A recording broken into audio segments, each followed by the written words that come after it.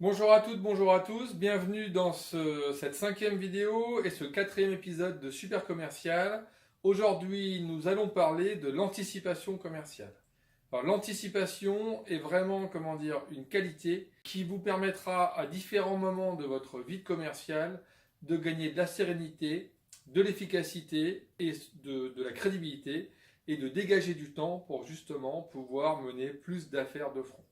Alors, l'anticipation, ça commence au rendez-vous et notamment au rendez-vous de découverte, mais pour l'intégralité des rendez-vous que vous allez réaliser. Ayez toujours en tête, bien évidemment, vous ne pourrez pas anticiper toutes les questions désagréables possibles, mais ayez toujours en tête quels sont les points sur lesquels votre interlocuteur va pouvoir vous accrocher.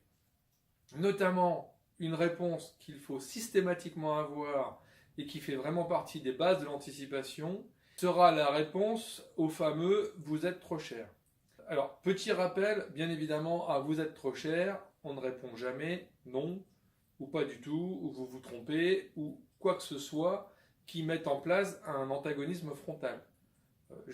Là aussi, très certainement qu'on en reparlera plus tard, mais à vous êtes trop cher, la réponse idéale doit être du style écoutez, très sincèrement, je ne le pense pas et je vais vous démontrer pourquoi. Là, dans ce cas de figure-là, et si vous avez anticipé et si vous avez des arguments pertinents, vous ne créez pas un bloc agressif face à votre interlocuteur, vous n'êtes pas dans une logique où l'un des deux va devoir avoir raison aux dépens de l'autre. Par contre, vous allez factuellement exposer donc effectivement les éléments qui font que non, vous n'êtes pas trop cher. Alors voilà, je ferme la parenthèse. Je pense que c'est un sujet qui méritera effectivement une vidéo à part entière. Mais au-delà donc de la formulation, aujourd'hui on parle d'anticipation, donc anticiper. Quels sont les points, quels sont les éléments sur lesquels effectivement votre interlocuteur va très certainement argumenter. Le prix en est un, le délai peut en être un autre, des éléments annexes, anticiper ces choses-là. On en avait un petit peu parlé lors de l'épisode dédié au rendez-vous de découverte, sur le fait que bien évidemment il fallait être prêt, et prêt à entendre des questions désagréables. Donc c'est vrai dans le rendez-vous de découverte, c'est vrai dans n'importe quel rendez-vous que vous pouvez mettre en place dans votre activité commerciale. C'est même vrai, soyons clairs, dans un rendez-vous de présentation pur et dur, il y a certainement des points dans votre présentation qui peuvent poser des questions, et des questions qui pourraient vous mettre en difficulté. Donc anticipez, soyez préparés, ayez une réponse, si possible souple, naturelle et qui coule de source. Donc voilà, à mon avis, les points à avoir en tête et à anticiper dans le cadre d'un rendez-vous, d'un échange avec un de vos interlocuteurs commerciaux, quel qu'il soit. Généralement, la première sensation qu'un commercial peut avoir, c'est que l'aboutissement finalement de sa démarche, c'est la signature par son client de commande.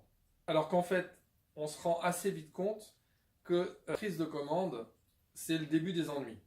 Mais je dis ennui pour atténuer l'effet. Effectivement, la partie la plus facile de l'activité commerciale, c'est de prendre une commande. Vous maîtrisez votre argumentaire, vous êtes convaincant, vous avez effectivement présenté quelque chose d'intéressant à votre interlocuteur, d'ambitieux, quelque chose qui lui a plu. Donc la logique de tout ça, c'est qu'effectivement, il vous signe effectivement le bon de commande derrière.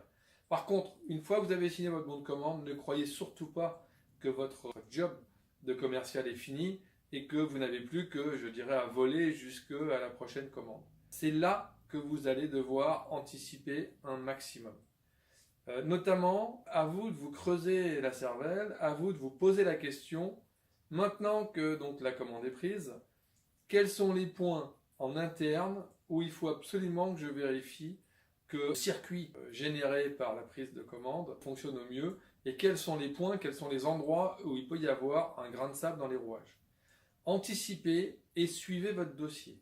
Ce que je personnellement vous conseille, c'est d'avoir un tableau de suivi qui va donc effectivement, typiquement un tableau Excel, qui va reprendre tous les points clés de votre commande.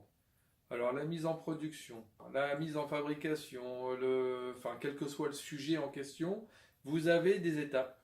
Et toutes ces étapes doivent être vérifiées et verrouillées. Est-ce que le planning de fabrication, par exemple, est bon? Est-ce que le planning d'approvisionnement des produits est bon? Est-ce qu'effectivement, donc, on a approvisionné dans les temps qui étaient prévus? Est-ce qu'effectivement, on va lancer la fabrication dans les temps qui étaient prévus? Est-ce que donc il n'y a pas de souci au niveau de la fabrication qui décalerait un petit peu le planning? Donc suivez tout, connaissez les interlocuteurs clés dans votre entreprise, chacun donc clé sur sa partie et sur les différentes étapes, et suivez vos dossiers aux petits oignons. L'intérêt du fichier Excel dont je vous parlais, c'est que si vous le suivez régulièrement en vous mettant des alarmes, ça va vous prendre un temps minimal. C'est-à-dire que vous avez noté que dans 15 jours, donc effectivement, l'approvisionnement est fini. Au bout de 15 jours, vous passez un coup de fil au responsable appro et vous vous assurez que pour votre commande, il a bien reçu tous les éléments nécessaires. Une semaine après est censé démarrer la fabrication. Donc vous appelez le responsable fabrication effectivement 1 ou 2 jours avant pour vous assurer que la fabrication sera bien lancée dans les délais. Et vous le recontactez 1 ou 2 jours après le début de la fabrication. À mon avis, à la fin du premier jour, c'est là le meilleur moment, pour vous assurer que tout va bien, qu'il n'y a pas de souci qui mettrait en danger le planning de livraison qui a été défini. Donc faites ça pour toutes les étapes importantes. Je ne peux pas vous les lister en fonction de votre business, elles sont très différentes. Si vous faites de l'informatique, si vous faites de l'industrie, si vous faites du service, bien évidemment tout ça est très différent. Mais ayez en tête les différentes étapes, les interlocuteurs qui s'y rattachent, et ne loupez pas le coche donc de la validation, de la vérification de ces différentes étapes. C'est à mon sens très très important et c'est ce qui va vous permettre d'avoir de la sérénité et surtout de réagir en cas de problème, et il y a toujours des problèmes. Dernier point, ce qu'on va appeler le hack de cette vidéo, puisque l'idée c'est qu'à chaque fois de vous donner effectivement un conseil qui va un petit peu plus loin, c'est puisque vous anticipez, puisque vous suivez effectivement donc le circuit de votre commande, puisque vous serez au courant en temps réel donc des problèmes qui pourraient subvenir, dès que vous avez connaissance d'un problème qui impacterait donc la date de livraison convenue avec le client, anticipez et appelez-le. C'est extrêmement important. C'est à vous de prévenir votre client. Il n'y a rien de pire que si votre client a l'info par quelqu'un d'autre que vous, et que ça soit lui qui vous appelle pour vous passer un savon. Donc si vous apprenez que ça va être en retard, ne vous dites surtout pas « Ouh là là, je vais me cacher, je vais me faire discret, ça va passer ». Non, ça vous explosera toujours en plein visage. Donc c'est à vous d'aller effectivement, d'anticiper, de l'appeler. Alors bien évidemment, l'idéal c'est pas simplement de l'appeler en disant « Monsieur le client, bonjour, on va avoir du retard », c'est de l'appeler avec des solutions. Alors les solutions n'ont pas besoin d'être magiques. Ce que vous devez démontrer, c'est que vous avez pris le problème en main et que ce retard de livraison ou cette problématique qui a été détectée n'est finalement qu'une péripétie.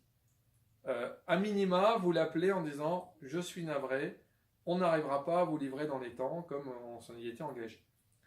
Ça, c'est, je dirais, vraiment la moindre des choses. Maintenant, derrière, si vous l'appelez en disant « Je suis désolé, nous n'arriverons pas à vous livrer dans le délai qui avait été effectivement défini.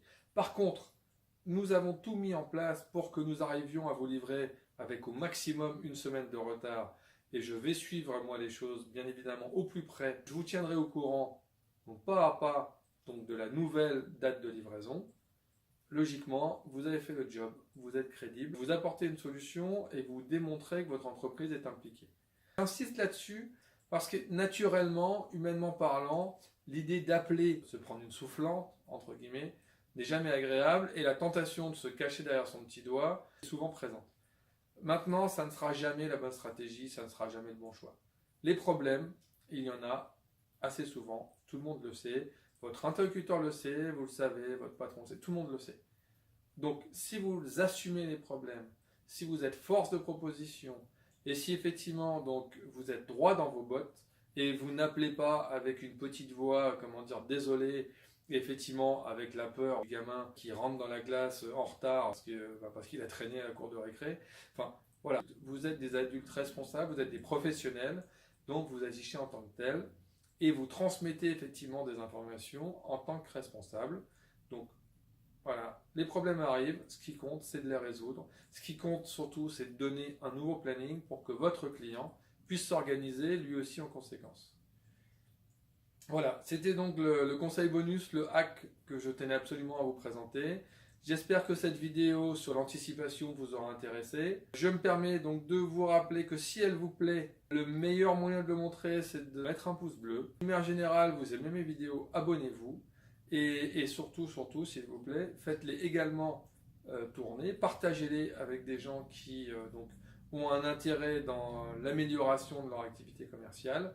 C'est grâce à ça qu'ensemble, on sera plus performant. Je vous remercie toutes et toutes de m'avoir écouté. J'ai essayé de faire un peu plus court que les autres fois. J'espère que ça vous a plu. Je vous donne rendez-vous dimanche prochain pour une nouvelle vidéo. Au revoir.